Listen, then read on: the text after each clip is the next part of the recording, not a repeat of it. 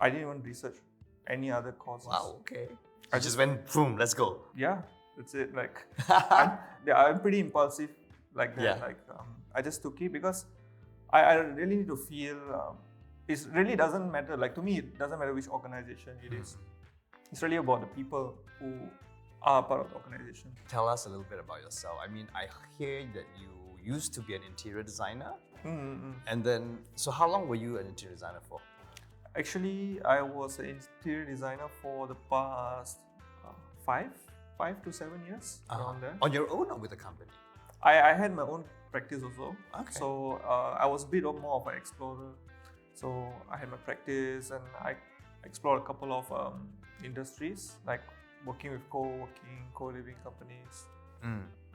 And yeah, and so what was that experience like working for other people? Working for other people as in... Because- Oh, okay. yeah. I mean, like, I think it's all about learning, right? So setting up my own company was for me to know what I am as a designer.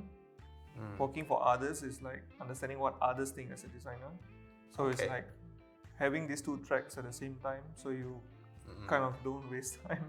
When I was having my own practice, it's not like I was 24/7 doing my own projects. It's just like whenever I get a free time, I just do. It's just more of like really understanding who I am at the time and what do people expect for as an interior designer, right? So yeah, pretty much. So you had your own business, you say. Was it just you or you had like people under you and all that? No, actually, it was me and a friend of mine. We were partners. In fact, I started the firm when we were doing our degree. So then what happened like along the way? Because now you're not doing interior design anymore. Suddenly you have switched. What made that decision? Or, what was the push factor? Actually, surprisingly, I never saw myself not as an interior designer. I'm still an interior designer in the sense. Yeah. But I think that the major push factor was the industry system and process.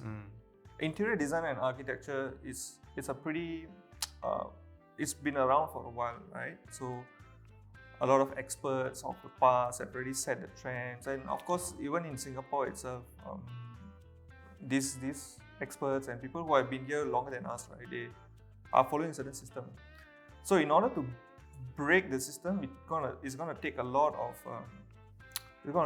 push, and you gotta find the right people and all of those. So I'm still finding that.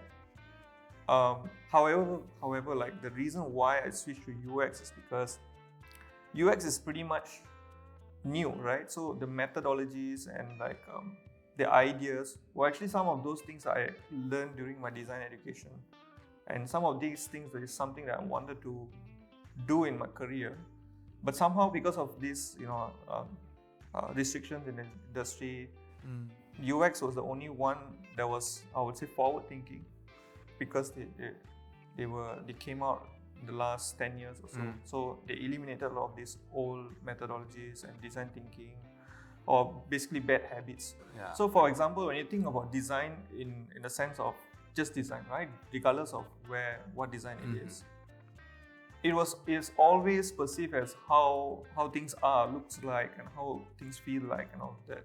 But there's a lot of deeper, understanding behind design, like how things work, where things come from, what is the context, and like processes.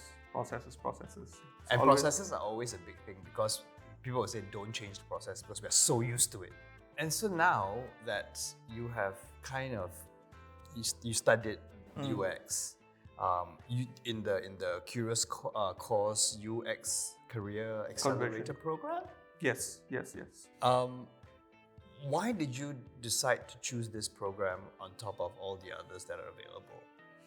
Truth be told, I'm an explorer myself, so I take science pretty seriously, and like at the point of time, I got laid off from my previous career due to COVID, and because people were moving out of the country, so spatial design was like taking a hit and all of that. my sister-in-law used to work for CuriousCore, and then she was interviewing me for some project for CuriousCore, and I was curious. So I asked her like, "What is this about?"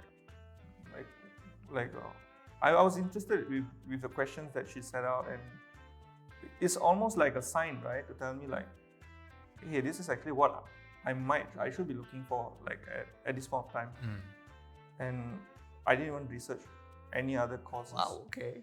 I just went, boom, let's go. Yeah, that's it. Like, I'm pretty impulsive like that. Yeah. Like, I just took it because I really need to feel. It really doesn't matter. Like, to me, it doesn't matter which organization it is. It's really about the people who are part of the organization. So I happened to meet the founder of CuriousCore, which is Dylan, and we had a chat, and pretty much I felt like some of those things that he was sharing with me is very relatable to what I want to be or what I'm exploring to become. And I just took the leap of faith and didn't want to waste time. They had this cutoff date. Oh, I see. So I'm So just join. Just join. So maybe take me through what the course entails. Because I think it's a 4-month course or something like that. So what did you have to go through? One thing I realized, CuriousCore is special in the sense it doesn't teach you what to do.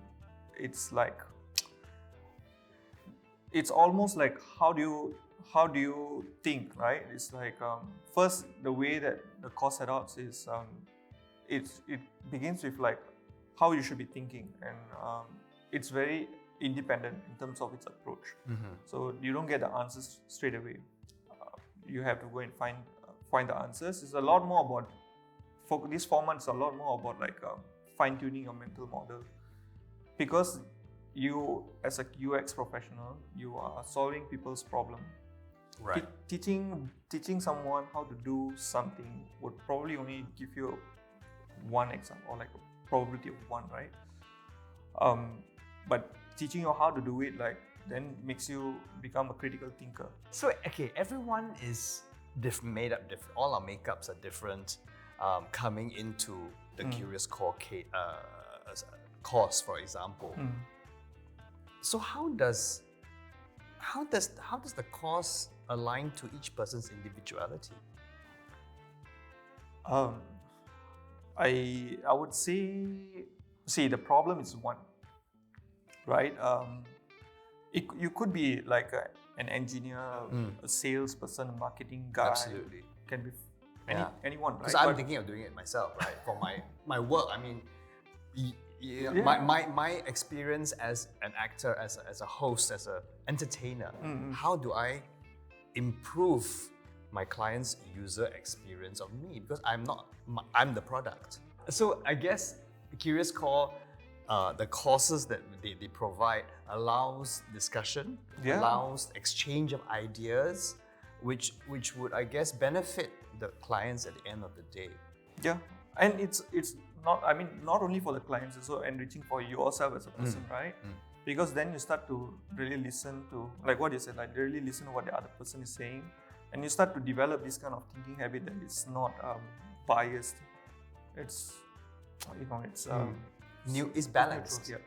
And that's very good, because I really appreciate that coming from you, because like I said, every time we have discussions, and even if you have opposing ideas, there is no dialogue. Yeah. It's no dialogue. There's no dialogue. Yes. Which I miss. I mean, debate is really. I love debates because it gives people a chance to be able to understand each other's points of view. My current goal was to really learn the nitty-gritty details of like how to deliver a product itself, because now I feel like I have the sauce, but just I need to make it. Right. Yeah. And also, fantastic. One thing I heard from my coach, one of the coaches in CuriousCore, was like, there was a point of time that I was struggling to find myself, because you go through a career conversion course, you're kind of like, you're being neutral, you're sort of relearning some things, which means you change certain part of yourself. And then when you change certain part of yourself, you become lost again, Ah. right? So after the course, I was kind of in there.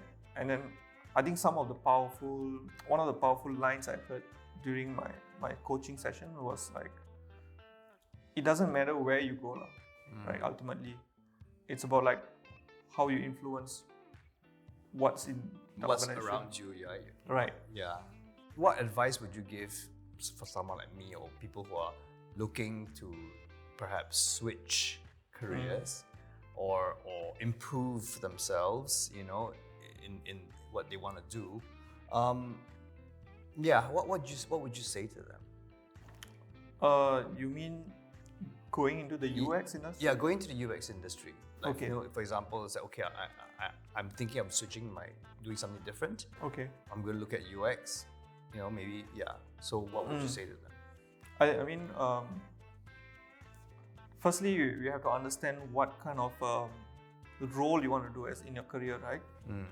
So in UX itself, that's a couple of ways that you can become. Like, you can be a designer, you can be a people-facing UX strategist researcher. You can be a UX writer. So it's pretty creative in that aspect. So I think first one has to understand what they want to do in the UX industry. In current trends, UX is very much related to tech industry. Yeah, that's why I keep thinking it's only tech, you see. Correct. It Yeah. is. It is not, because I come from a interior design background. There is UX in it. There is definitely UX in it. There's UX in a lot of industries. Right. Just that there is no official role for it, because people don't necessarily need to find a value for it to hire the person to do. But it is important. Like, it's in the air, right? So ultimately, if you are someone who's not into tech and like you want to just learn about UX, I think it's perfect, right? You come in for a 4 months course, you understand what it is. Ultimately, it's about mindset, about how you think, and after that, you can even do whatever you've been doing.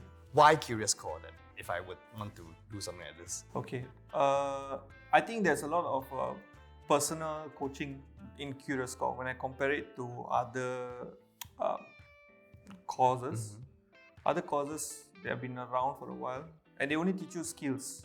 I'm not really looking for skills. I don't think so. One should be looking just for skills. Just for skills, yeah. Skills can always come and they can become obsolete in time. It's more about the way you think and how you interact with people and like goal settings and like importance of like collaboration, mentorship. There's a one-on-one thing, and one thing I love about CuriousCore is it iterates the fact to learn about who you are. Okay. So there are sometimes sessions like really asking you like deep questions, like, you know, now we are 1 month in the course and like, what do you think of yourself? Like, who are you as a person? It's a bonus, right? These things are bonus, but I feel like that is the biggest takeaway. What an inspiring story. And it's just 1 out of 5 stories of personal growth. Catch them all on CuriousCore's YouTube channel. Now, if you want to find out more about the world of UI and UX, you can always jump straight to the exclusive interview that I did with CuriousCore's founder, Dalen. Just click on the link below. Don't go away. See you on the next episode.